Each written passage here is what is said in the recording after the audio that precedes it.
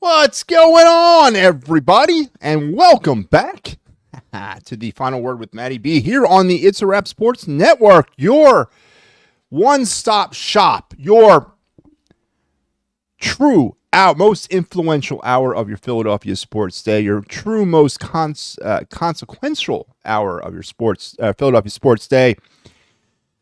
You've landed here on the Final Word with MattyB, and it's great to be back. Monday, October the 21st, 2024. And we got here on the show tonight, we got you covered when we talk some World Series. We're going to talk some Yankees, some Dodgers. We have a World Series. We have the team set. Eagles the day after, because there's always the day after an Eagles win or an Eagles loss that we critique the hell out of it. After, of course, the reactions are over. We're going to talk some Flyers Capitals, give you somewhat of a preview. I'm not going to break down the Washington Capitals for you here, but we are going to talk about some of the Flyers and their ongoing issues, and maybe the wounds are a little bit more deeper than we think. We're also going to go into some. We're going to do our Flyers prospect segment tonight. We're going to introduce this week's Flyer prospect, talk about who that person is, and perhaps what he could provide this team in the near coming future. And, of course, our card review, the new segment we added to the show yesterday, where I take a card from my collection, my sports card collection, and we talk a little bit about that. Your day in Philadelphia sports history, of course, and we're going to break down some scores around the NHL and the NFL as we have entered the final day of Week 7 of the NFL season. And, boy, does it feel good to be back. Again, this is the Final Word with MattyB here on the It's a Wrap Sports Network, and I have a programming note. I want to announce that we are proud. We are proud here on the It's a Wrap Sports Network to announce the start of a new show. Yes, I have that. I don't know if he's watching, but I'm going to go ahead and introduce it right now, or maybe I won't. Do I have the? I don't have the banner. Let me load it up, because this definitely deserves to be introduced. As we grow this network, and it is definitely a process, we go from, kind of where we used to be to where we are now, and we're growing, and we got to grow the network, and we got to provide opportunities for young up-and-coming people, and that is exactly what we're doing here on the show, as I am proud to announce that starting on November the 4th at 7 p.m., the addition of the Wraparound with Sal G. That's right. Sal, as you might know him from the Fightins Final and Clear the Ice fame, will be joining the network on a weekly show basis every Monday at 7, as he'll give you his kind of take on the week that was in Philadelphia sports and kind of do other things that Sal does. And happy to announce Sal joining the network and the Wraparound with Sal G also joining the network starting on Monday, November the 4th. Be on the lookout for that as we move deeper into this. We'll promote the hell out of it. Let's just call you that. As again, we are growing as a network, and I'm proud to announce Sal, who's been doing some post-game stuff with me with Clear the Ice. It's nice to know that there's other people in the world, because when you're doing stuff like this, especially in a network that's got literally one person in it, and that's me, you kind of start feeling a little bit alone in the world, like you're the only person. And it's nice that Sal's going to come on board, at least for a weekly basis, and provide a little support and provide his brand. Sal deserves the chance, man. He worked his butt off through the Fightins Final all season. He jumped in to Clear the Ice amidst all the drama that happened over at EOP, and then he came on board here to continue to serve and to help me out with Clear the Ice. So it's the least I could do, is to provide an up-and-coming opportunity, because somebody provided me that opportunity a long time ago. Wish they hadn't, but somebody provided me that opportunity. So now Sal is going to get his shot, deservedly so. On November the 4th, the Wraparound with Sal G will premiere here on the It's a Wrap Sports Network, and it will be a weekly show every Monday at 7, starting on November 4th. And again, that kind of brings me to the point I brought up yesterday. If there's any content people out there, any people that want to start this, want to get into this type of business, give me a holler. We are streaming all over my Facebook, my Twitter, the It's a Wrap Sports Network YouTube page. All my information down below in the little blurb thing. You can find us on the It's a Wrap Sports Network Facebook page. Drop me a line, and we'll start a dialogue, and that's all I can really promise you. But I'm always looking for new talent, and especially these days. So hit me up if you want an opportunity to be the next MattyB. Right, the next MattyB. The world needs more of me. So come on out and give it a shot. All right, so let's get into the show tonight. A lot to talk about, always to talk about on a nightly show, and thank God, or I would be sitting here staring at you for the next hour. Let's start with our day in Philadelphia sports history, and I thought very poignant that this is the moment that we're going to talk about today, because in light of what we found out last night, that we do have a new World Series. It is going to be the Yankees and the Dodgers, a renewal of the oldest head-to-head World Series and the most head-to-head World Series venue in Major League Baseball history. The Yankees and Dodgers will do battle for the 12th time in World Series play in the history of those two franchises. Of course, the Dodgers dating back to Brooklyn, also in LA. The last time the Dodgers and Yankees met in the World Series was in 1981, and the Dodgers won. All time, the Yankees are 8-3 against the Dodgers in World Series play, and of course, that would mean the Dodgers are 3-8. So it's going to be an old school themed World Series, and let's face it, I think the best two teams are there. The most star-studded teams are there, and the teams who kind of rose to the occasion at the biggest moment in time are in the World Series, and it should be a hell of a fall classic. Looking forward to watching it. And with that being said, our day in Philadelphia sports history is directly related to the World Series, because here in this town, we are starved of World Series glory. We are starved of World Series championships. We're starved of championships in general. But not on this night. Not on this night back in 1980, because for those of you who were lucky enough, and I find myself amongst those lucky individuals at 7 years old, I was at that time. I was in second grade, I think, when it happened. But on this night, the Philadelphia Phillies won their very first ever World Series championship over the Kansas City Royals. This was the Game 6, as 70,000 strong roared their way in support of the Phillies as the Phillies beat the Kansas City Royals in Game 6, thus winning the World Series 4-1 or 4-2, capturing the Phillies' first ever World Championship in their history. And we've won one since. We have a lot of things to discuss about it, and a lot of angst along the way. But on this night, at least on this one night back in 1980, all was right in the world. And I've said this on previous other shows. You know, my angst or my bitterness towards the current Philadelphia sports fan stems from the fact that when I was raised as a Philadelphia sports fan, I was raised at this time in those moments. As 7 years old when the Phillies won the World Series, I was actually alive when the Flyers won their back-to-back cups. Granted, I was a baby, but I was alive.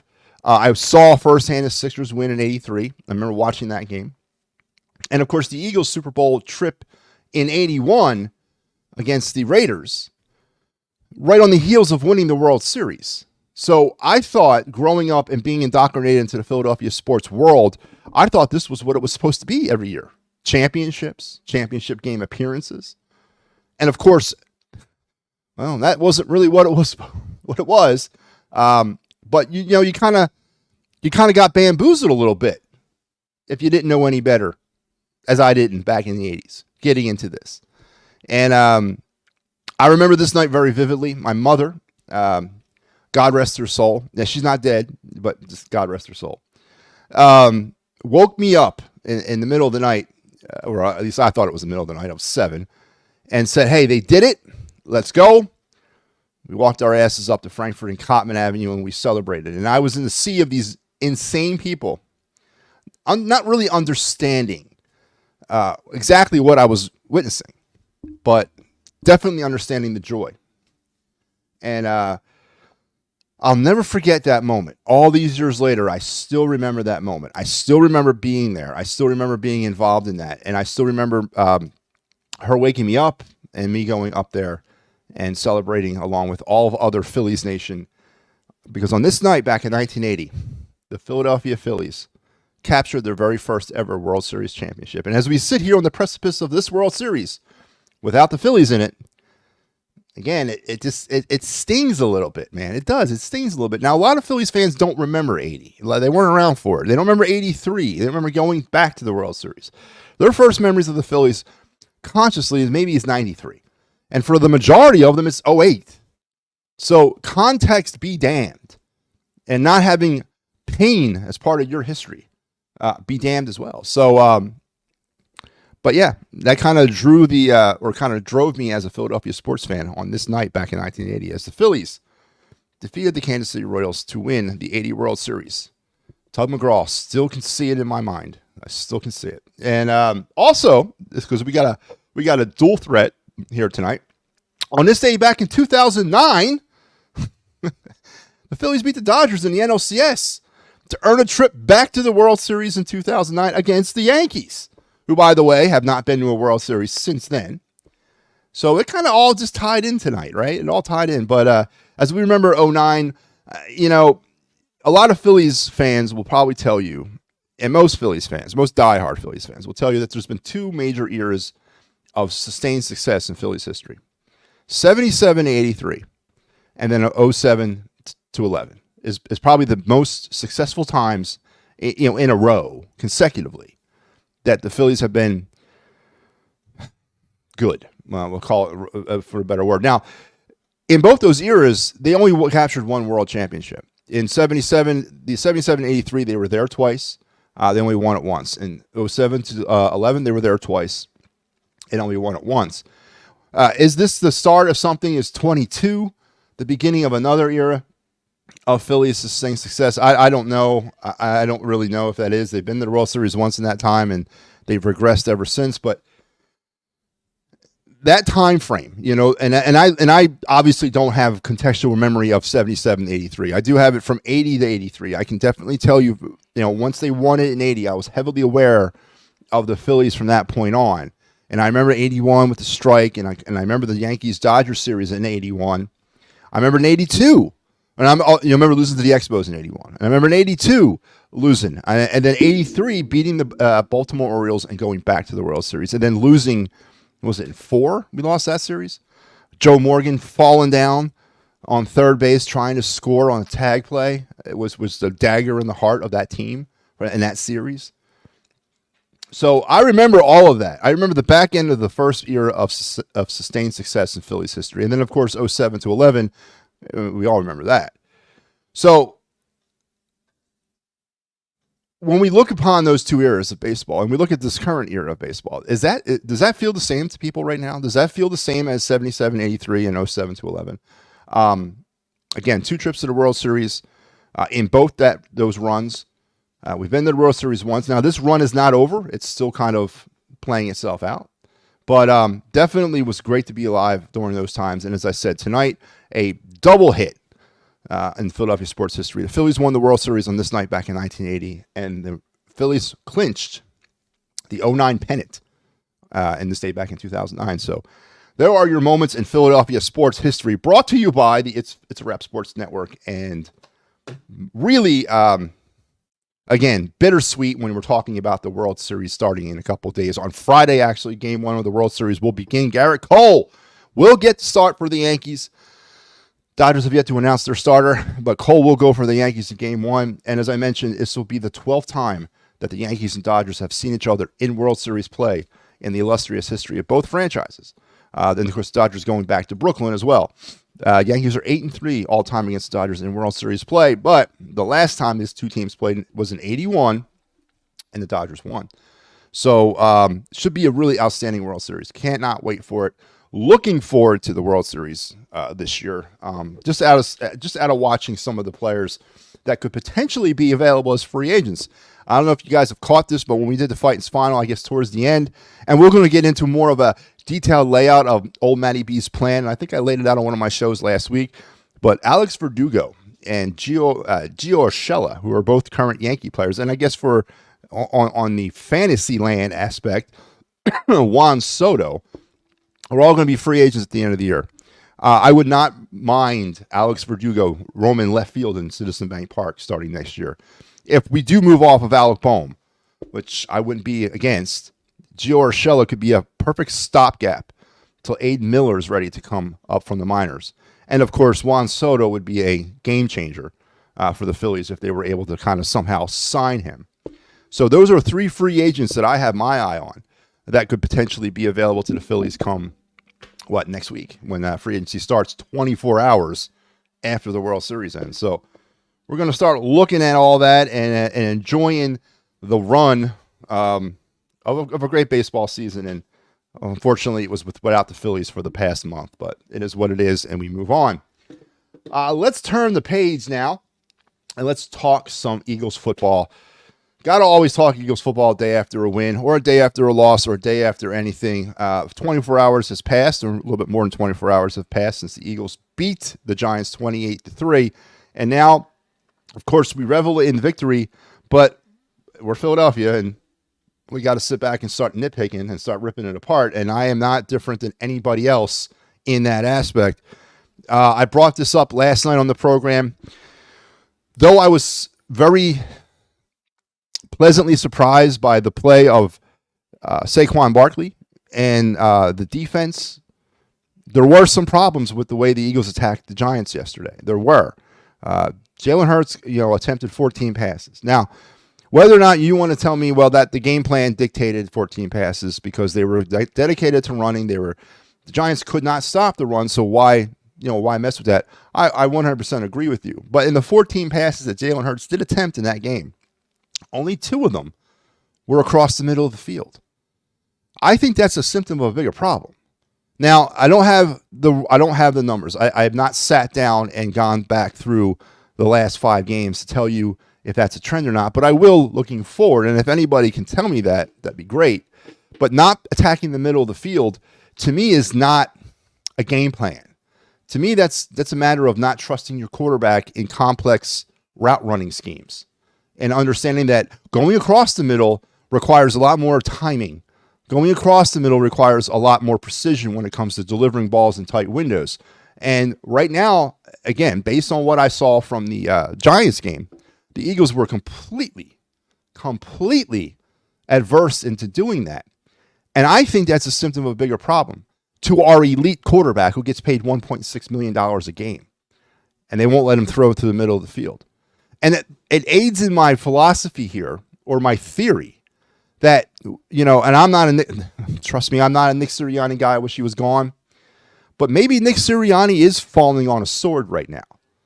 Maybe Nick Sirianni is taking heat for something that he doesn't want to go public because he's got his players back.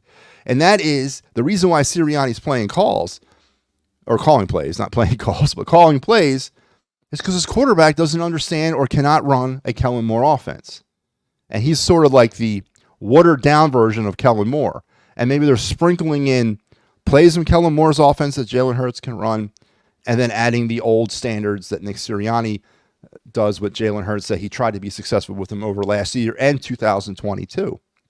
Maybe that's what's really going on here. And as things begin to develop a little bit more, and as we get deeper into the season, of course, I will be looking out to see what the percentage of going across the middle of the field versus going down the sidelines is, and what the results of those plays were. So that is a concern. And the quarterback play in general, and I think Freddie Burns brought it up yesterday, was meh at best for an elite level quarterback. And that's concerning, right? He's supposed to be the franchise. He's supposed to be the guy that you gave, the right guy you gave all the money to. And we're still talking about this, 3 years into his career. So, we can bring up the Carson Wentz comparisons all you want, and I brought that up to Kyle Quinn and whatever, but the verdict is very much so out on Jalen Hurts. And then another thing that came down the pike today during the day after press conferences, the comments of A.J. Brown, and I wrote them down because I found them very interesting.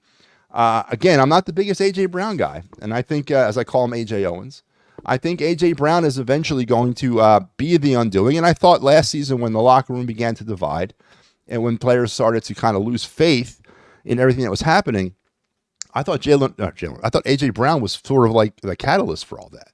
I thought he was the lightning rod. He was the shit stir, if you will, for a lot of that stuff. And today he made a comment when asked about only being targeted or only having 14 passes passed or thrown. And this is what he said. And you tell me if this is shit stirring or if this is diva behavior or this is a real teammate here. And I quote, yeah. It's like a good thing. It's like a good and bad thing. We're happy the guys ran the ball, but we want the ball too. I wish there was a few more attempts, but it happens. You're on to the next game. You take it, so it's all good. Now, I mean, why does he got to say it like that? You know, he got targeted. He got a touchdown. He was involved in the offense. Devontae Smith wasn't involved in nothing but one target, one catch for like minus yards. I don't hear Devontae Smith saying anything. Why does A.J. Brown got to say stuff like that? Unless it bothers him that he's not the focal point of the offense. And is that the type of player that this team needs right now? Said it again last year, and everybody rallied to AJ's cause by saying, oh, we love you, and please don't stop being you. I'm telling you, man, AJ Owens might be the downfall of this team or might be the downfall of this locker room more than what people are giving him credit for. And I just don't think those comments were appropriate after a win. I could stomach them and I can understand through frustration of a loss.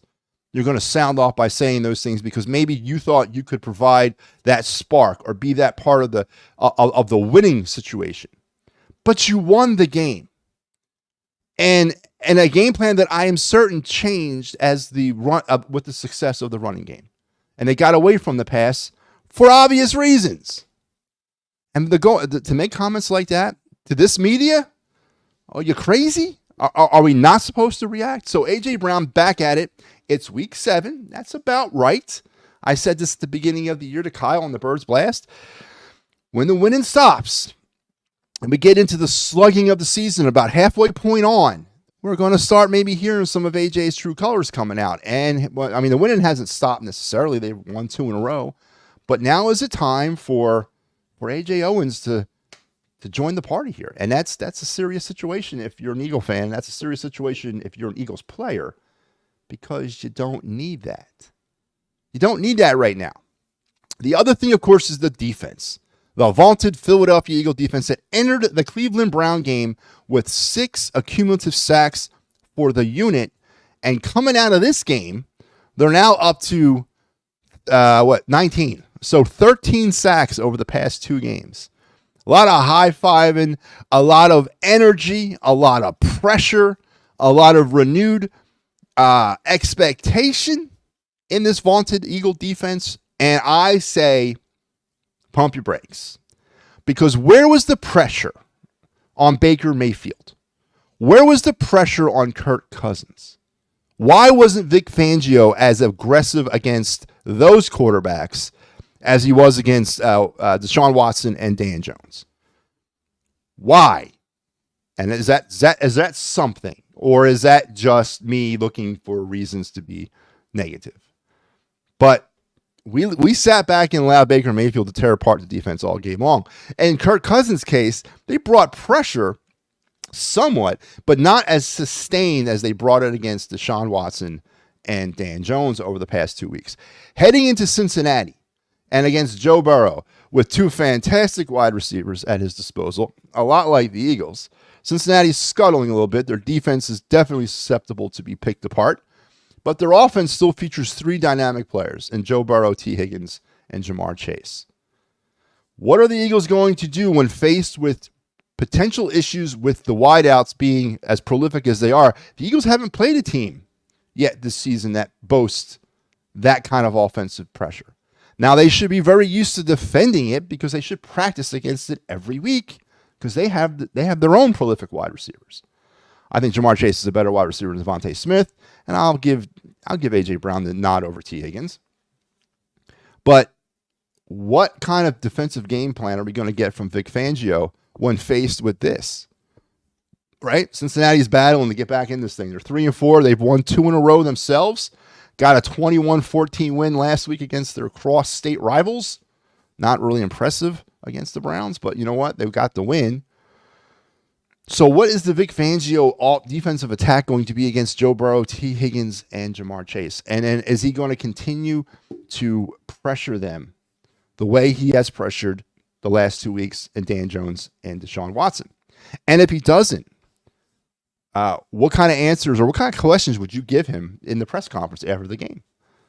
I mean, is there a scheme problem? Do you not trust your revamped secondary to deal with? Now, do we have the defensive backs to play Jamar Chase and T. Higgins man-on-man? Can they do it? Can Slay do it?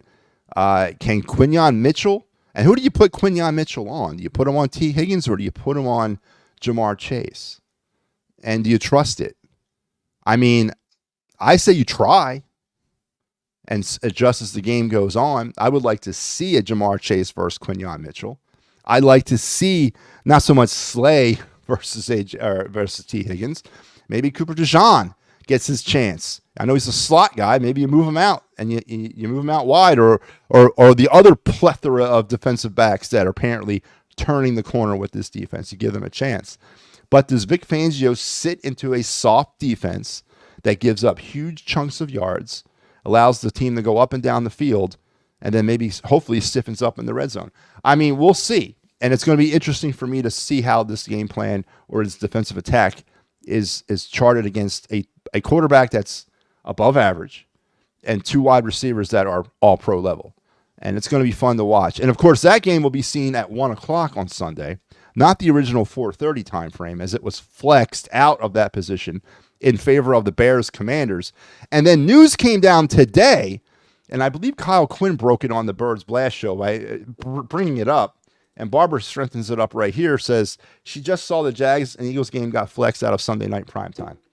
And that is, you did not see things, Barbara. That is absolutely correct. 2 weeks from now, the Eagles were supposed to play the Jacksonville Jaguars on Sunday night. That has now been flexed, and the Eagles and going into that spot now is the Colts Vikings game, and the Eagles and the Jaguars have been moved into the 4:05 slot. So now the Eagles have lost 2 national shots, and what's that about? Is that a lack of faith in the Eagles, or have the Eagles fallen out of favor with the NFL? Are the Eagles not entertaining enough for national audiences to see? I mean, how do you take that?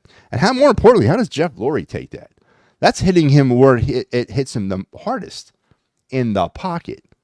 So, interesting situation here. They lose a Sunday night game, and he's probably more pissed about the Sunday night game than he is the 4:30 game. I would imagine he would be, because the Sunday night game is the only game. But, I mean, does the NFL owe the team a reason for that when they do things like that? Do they owe like an explanation, like a memo? Hey, this is why we did it. Is it a reflection upon the Eagles? Is it a reflection upon the Jacksonville Jaguars? Or is it a reflection on both? Is it just not a sexy game? And is the Eagles-Bengal game not a sexy game? We could get a tie in that game against the Eagles and Bengals. That's what they're prone to do against each other. So there could be a tie, and that's sexy, right? That's fun to watch. This is the two teams slugging it out to the end there, right? But yeah, Eagles are flexed out of another nationally televised game. Officially came down today. They are not going to have the 8 o'clock game on Sunday night against the Jaguars. So interesting, very interesting, as the Eagles continue to slide out of favor with the NFL. But 28-3, you cannot be disappointed with that. And don't forget, on Thursday night, here on the It's a Wrap Sports Network, the Birds Blast with Kyle Quinn will be around 6:30 on Thursday. We'll break down. We'll look back on the Giant game, and we'll look ahead at the Bengals game that is now at the 4 o'clock or 1 o'clock time on Sunday. And yeah, so there you have the Eagles. Let's move it on now to the Philadelphia Flyers and my favorite sport, hockey. I love hockey. Flyers are waiting in the wings for tomorrow night. They'll do a home and home with the Capitals. We got you covered here on the network for the Clear the Ice Flyers postgame show. I got the postgame show tomorrow night, and Sal will have it on Wednesday night. So there will be no final word tomorrow night. It'll just be the postgame show as I host it around 10 o'clock or so. So looking forward to that. Flyers 1-3-1. A lot of stuff's been flying around about potential situations with head coaches now. As John Tortorella, is he starting to wear out his welcome, or has he worn out his welcome a little bit?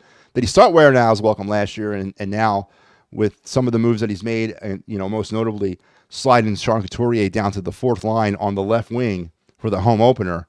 I mean, that's your captain right there. You're going to put him on the fourth line as your left winger for the home opener. I mean, what's the deal with Sean Couturier and John Tortorella? I mean, they made him the captain, or did Danny B make Sean Couturier the captain? Again, that conversation might come back up too. I remember John Tortorella was dead set on not naming a captain, and then all of a sudden, out of nowhere, Sean Couturier is named captain. So did that come from above Tortorella? And if so, is Tortorella acting out on Sean Couturier as, the benching of last season, sliding him down in the lineup or on the lines this year? Sean Couturier's offense is definitely not the same as it was 3 or 4 or 5 years ago, and there's no doubt about that. But what he does off the puck is still very good, and it's still an elite level of play.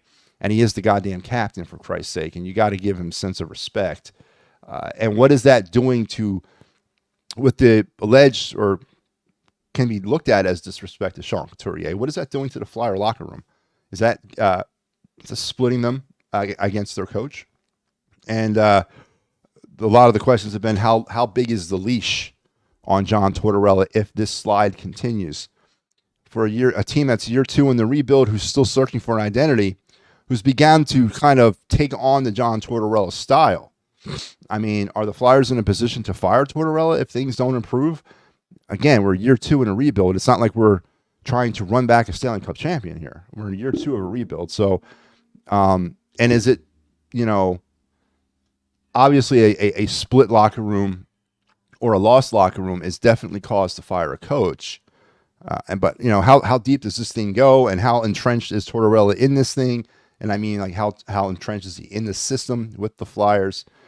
We'll see. But the offensive situations, Flyers are now down to what? They've scored 12 goals through 5 games, and they're averaging about 2.6 a game. That ain't going to work in the NHL, and they're also giving up over 4 goals a game. That obviously ain't going to work in the NHL level. They got to find offense. And it's not from lack of trying. They're still averaging over 30 shots a game.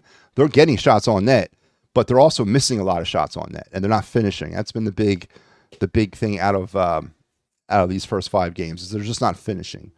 Owen Tippett continues to miss the net. Again, I said this last night, he's the poster boy for it, but he's definitely not alone in it. I mean, he's definitely not alone, but when you look at the finishing problems, you always kind of gravitate towards him because he has a lot of scoring opportunities. He gets a lot of scoring opportunities a game. And now I kind of counter with this. Are we fixated on Owen Tippett missing the net a lot because he's getting all those opportunities, but we're not paying enough attention to the players who are not getting scoring opportunities? Like, where's TK? He's had, a handful of good scoring opportunities this season.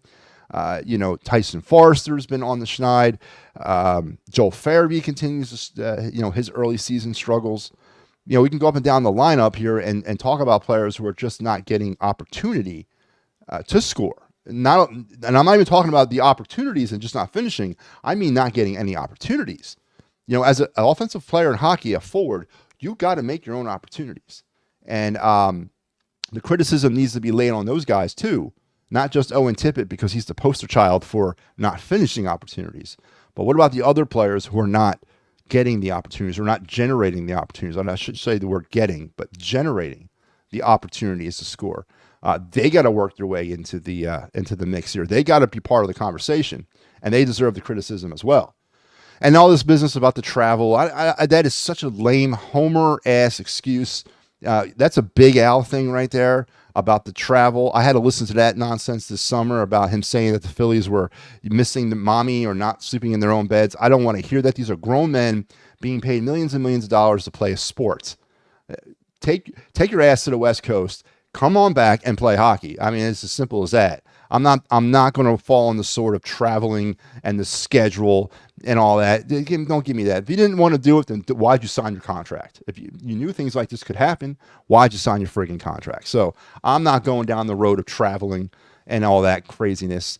I don't want to hear it, man. Perform when you're supposed to and do the best when you do have to perform. So the Flyers are struggling. The goaltending situation is a lot less. It's not really up top of my list. Sam Ersson has played well as a starter to start the season. Fedotov has not. That is obvious. Now, it's not like we can bury Fedotov on the bench, though, because he's probably going to get a start this week, probably on Wednesday or Tuesday. I would say Wednesday, probably. So how much longer do we wait here? I mean, Kovasov has started a couple games in Lehigh. Looked good the other night. I watched the game against Wilkes-Barre. They did a home-and-home thing over the weekend. He looked pretty good. But is that enough to promote him to the backup goalie? Because, I mean, you think Fedotov is having problems. I mean, Kovasov's never even stepped on foot on NHL ice. So, I mean, at least Fedotov's got 5 or 6 games under his belt. Let alone, I mean, they're not good games, but he's actually done it. But how much longer do we wait for Fedotov? Does he go out on Wednesday night? And I imagine that's when his next start will be. And get shelled by Ovechkin and company, give up 5 goals? Does the move happen after that? I mean, I don't know if you can really kind of wish that away. I think a move has to be made at that point. And or does he have to go out and pitch a shutout in order for people to get off his back? I don't think he has to do that, but not give up 5 goals would be a good start. So the goaltending situation is what it is. The defensive problems with this team, again, are not talked about enough. When I do the post game, I break the goals down, and we talk about the defensive breakdowns in just about every goal. Just about every goal, there's a problem with somebody not being in the right spot.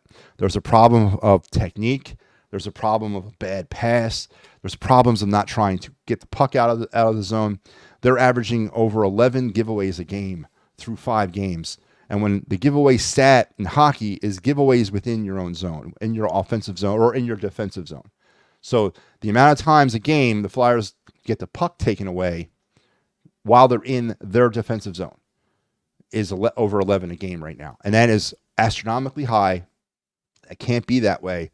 And that's a defensive problem. And when I say defensive problem, I'm not talking about the 6 defensemen or the 7, whatever they are. I'm talking about the defensive scheme for all the players. Hockey, everybody plays defense, right? Everybody plays defense. So defensively, the forwards have not been playing good defense. Defensively, the defensemen have not been playing good defense. It's been a adventure up and down the spectrum. Jetlachenko has had massive breakdowns defensively, as we've watched and we've talked about on the post-game show. Led to about 4 goals. But again, he's not alone. I'm fixating on Jetlachenko because of obvious reasons, but he's not played well. Travis Sanheim looks a mess out there. Once again, every night we got to see this guy and that crazy-ass 8-year contract he signed. So there's problems across the board for this team right now. And at the end of the last topic about this, is it not fair to judge them at 5 games in, at 1-3-1? Do we have to wait? Do we need at least 10 games in before we can make a judgment on this team? I mean, this season is 5 games old. A lot of hockey left to play. There's lots of examples of teams who have started seasons off slow and made runs at the middle and the end and gotten into the finals and won the finals. Just a few years ago, the St. Louis Blues struggled for about a half season. We're the worst team in hockey, actually, in December of that year. And then went on this magical run and won the Cup. So I'm not saying we're the St. Louis Blues, but I'm also not saying the season's over. There's a lot more of hockey left to play, but there's definitely concerns with the Flyers as they get this season going. And with those concerns, let's talk about some of the future of the Philadelphia Flyers. On this program, we do a Prospect of the Week segment where we highlight a prospect player from either the Flyers or the Phillies, and we talk about them. And obviously, we're not going to talk Phillies prospects here in October. We're going to center on Flyers prospects. Of course, we also are going to be doing, when we get to about January, we're going to start doing draft targets of the week, where we'll talk about an MLB draft target and an NHL draft target as we get closer to those respective drafts next summer. But let's head on into the Flyer Prospect of the Week segment. This week's Prospect of the Week, the much maligned Oliver Bonk. Yes, sir. The player who I don't know when is Oliver Bonk's time here. Oliver Bonk is a 2023 first-round draft pick.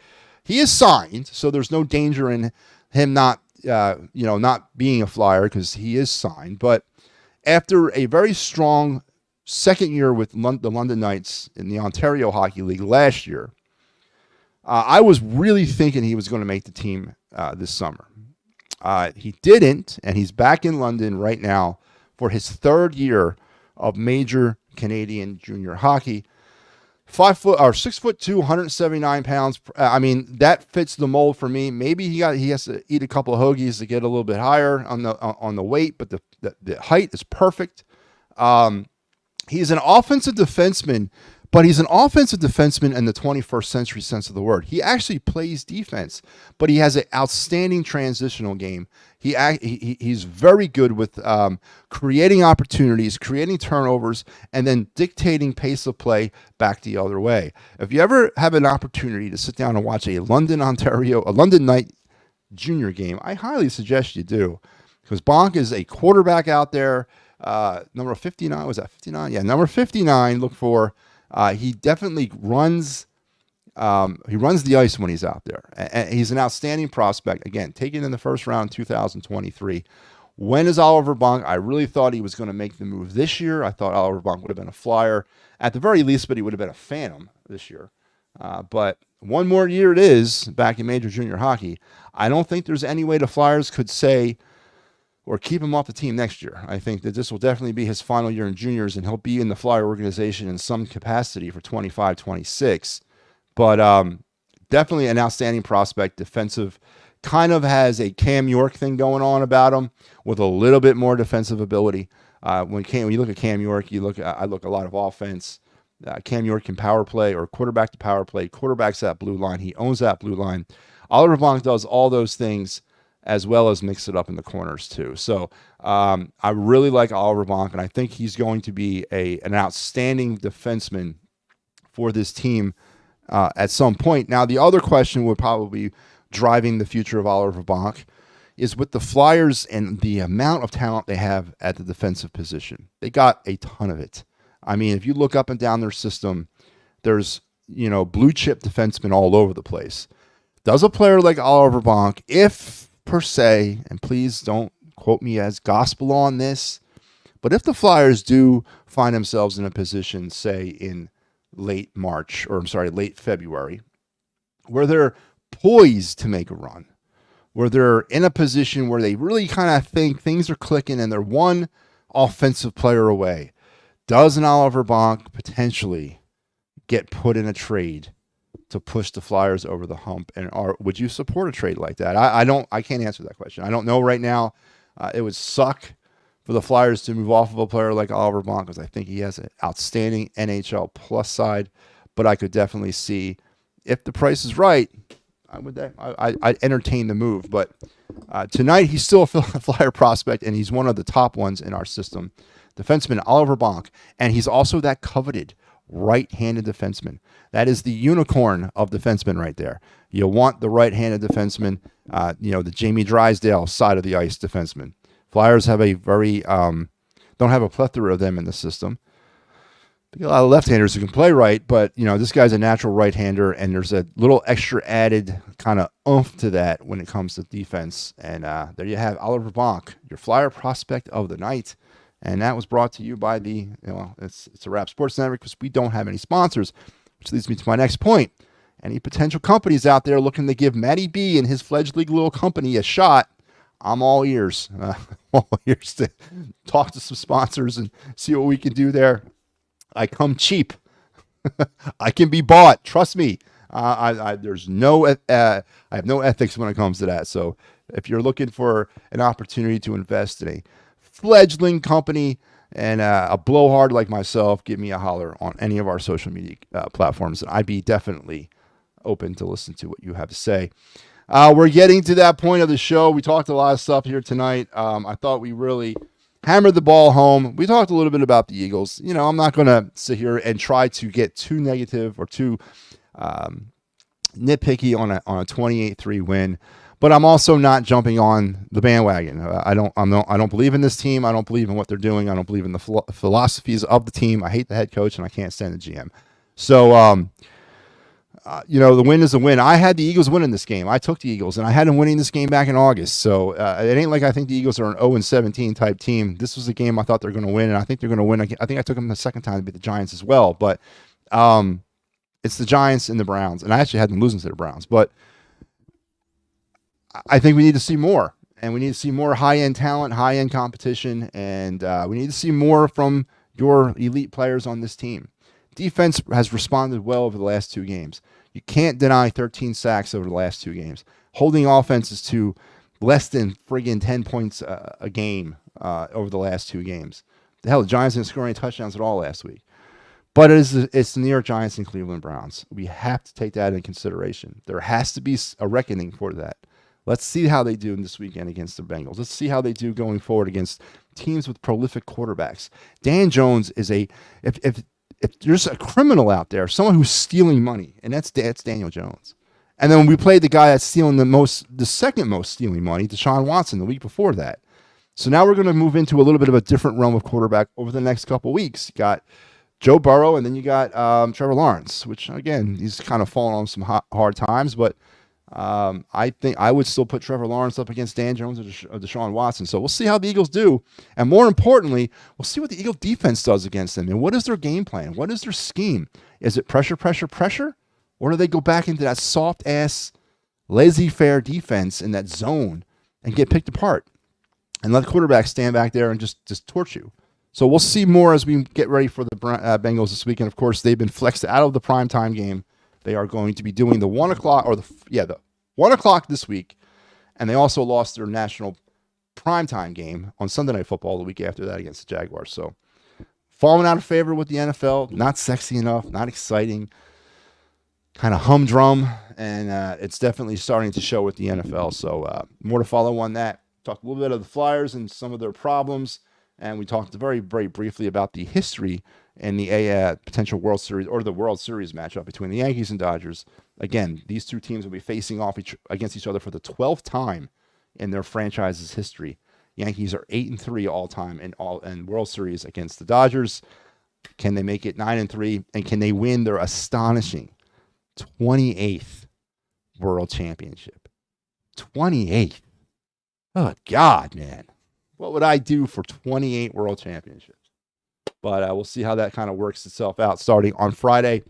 And takes us to our final segment, and a good, fun segment that I started last night. And I really want to see this kind of take hold and take flight here on the program. And as I mentioned, as we get deeper into this, maybe I'll bring in some card experts and we'll talk cards. But I'm an avid sports card collector. I went over my history with it last night. I'm not going to reveal that every night because it's about a 20-minute story, and I don't want to tell it every night. But just recently got back into it, and just recently, for the first time ever, organized all of our cards, when I say our cards, I mean me and my stepsons, into easy located areas. And I figured, you know what?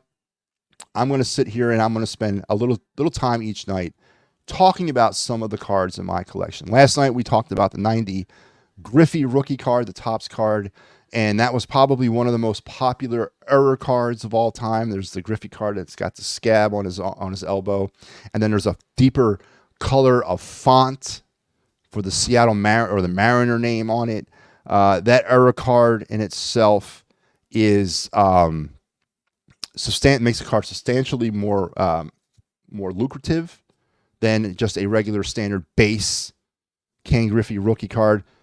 But as these years go, Griffey's a Hall of Famer, and it'll go and go, and it'll get more and more popular as we go through the years. But tonight, I'm going to go after a legend who has not been given his proper due in the Hall of Fame, and I'm going to talk to you about the 1980. Oh wait, I got to do a little segment intro. I got an intro.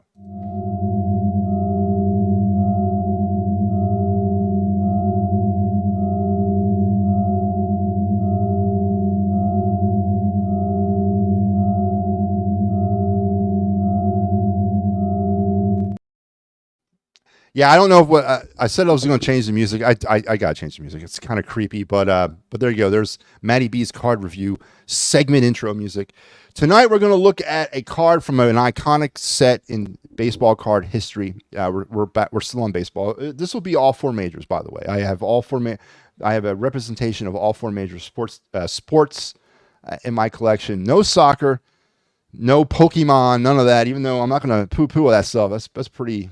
There's some big money involved in that stuff, but I have not branched out into that. I don't think I ever will do Pokemon, but soccer, if I can get a Messi or anything like that, of course, I'll go into that. But this is a baseball card, and this is from an iconic set in history that I mentioned last night. The first set I ever fully collected as a child, as a teenager. This was the 1987 Topps, the iconic wood paneling borders of the cards. This was the first set that I ever collected, and it's full. There's some really banner cards, and I'm going to go after maybe not a banner card from that set, but an iconic card for my reasons, and I'll explain them right here. But here is my card of the night, the 1987 Topps Pete Rose Cincinnati Reds card, number 200 in the set. And I'm going to explain a couple of things about this card as we move. It was an interesting year for Pete Rose that year in 86, or based on what happened in 86. So Pete Rose at that time was the player manager of the Cincinnati Reds, and he actually, in this set, in 87 Topps, he has the player card here, and he also has a manager card, just a distinctive second card as a manager. And on this card, if you flip onto the back of it, it'll say first base / manager. So it's a very interesting card because it has him listed as a manager, a player manager, basically, on this card. And then he also has this unique manager card, which we'll probably review at another time because I have that card as well. But this is my card of the night, the 87 Pete Rose. I have this card, and I'm going to show you the actual card here in a second. Now, this is from, I believe, a PSA 9 that's I found online. Again, when we look at some PSA values and you look at the actual worth of a card, there's a couple of things they look for right off the bat. Centering of the picture and how it reflects to the borders of the card are pretty much the first thing any grading system is going to look at in terms of giving it a grade. In this set, in 87, and we're going to see some cards as we move through the review segments, there's some badly cut cards in this set, meaning they came off the printer in their sheets and they were cut off. I mean, the angles on these borders are terrible, and I'm not just talking a little bit off. I mean, like completely slanted and all that. And popular contrary belief, that does not make a card valuable. That actually hurts the card's value when it's cut wrong. When it comes out of the manufacturer cut wrong, that does not strengthen a card's value. It actually hurts it. And there's a lot in the 87 series that are just flagrantly badly cut that I actually have. And as I said, as we move through this segment, you'll see some of them. But this card, as I said, was iconic to me because, well, Pete Rose is Pete Rose. And I think he's one of the greatest baseball players ever to play the game, as well as, of course, an all-time Philly in my mind. And this was his player manager year with the Cincinnati Reds. He has two cards within that set. One listing him as a manager and first baseman, and then the actual manager card that all managers got from that set that year, and he's also listed in there. So there's the 87 Pete Rose. Here it is in its physical form right here. Now, my card does have some really good centering. The borders are really clean. The clarity of the photograph is clean. I think, again, this is a raw card. None of my cards are graded. They're all raw.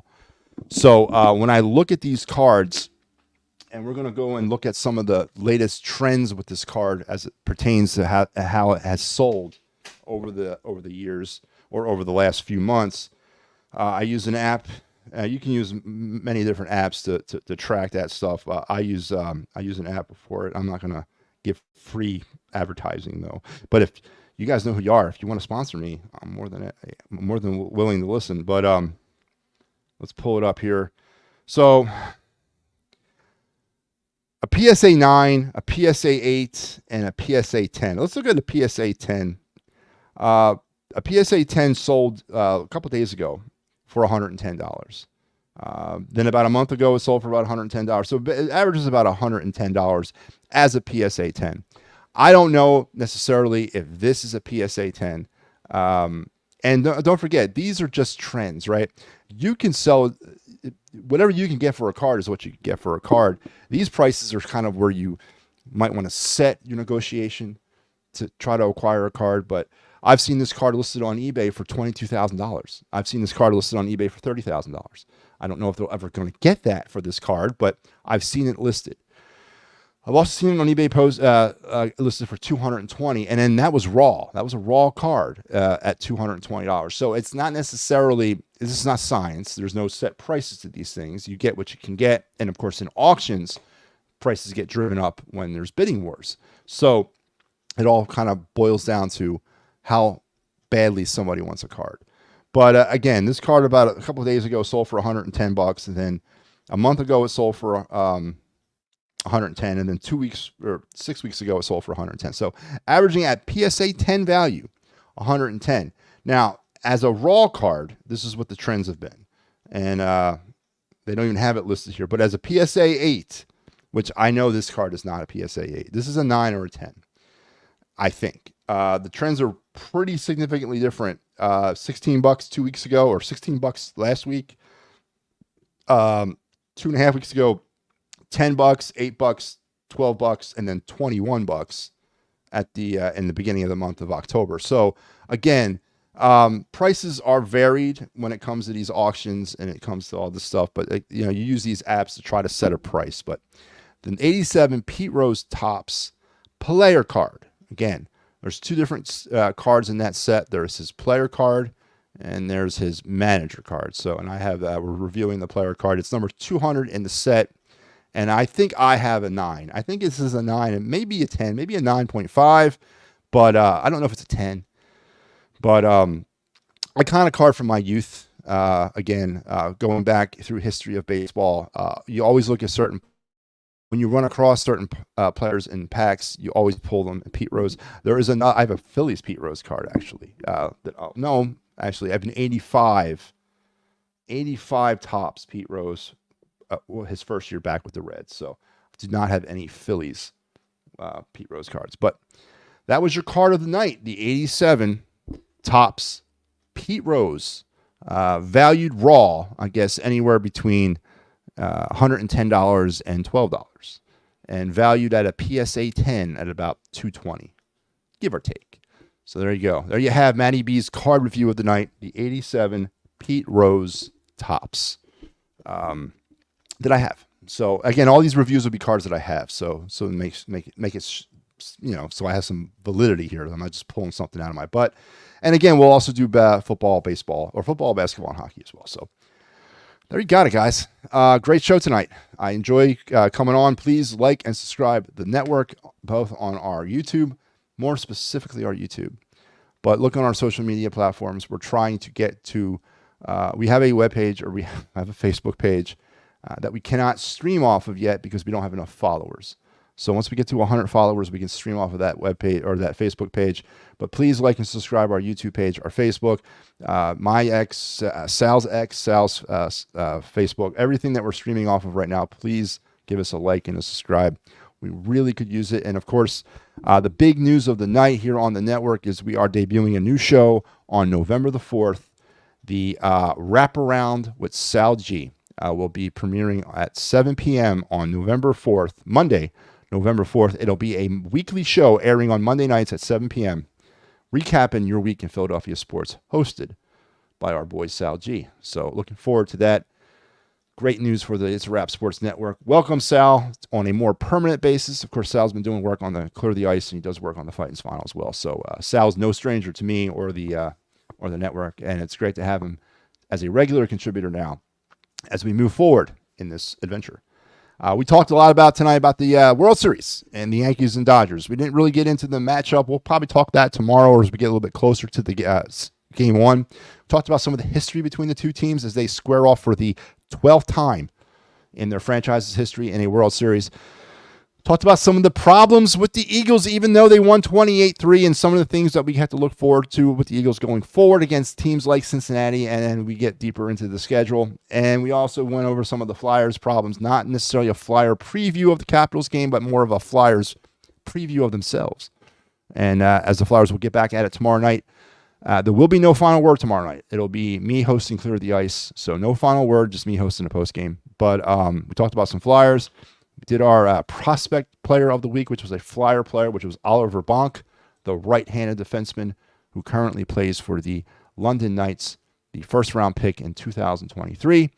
We did our card review, which was on Pete Rose, and we did our Day in Philadelphia Sports History, which was a duo of great events.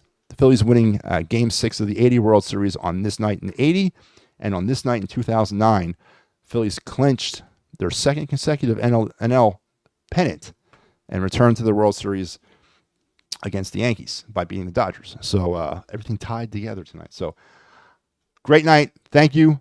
You guys have a great rest of your night and even better tomorrow. We'll talk again tomorrow on the Flyers postgame. Until then, see ya.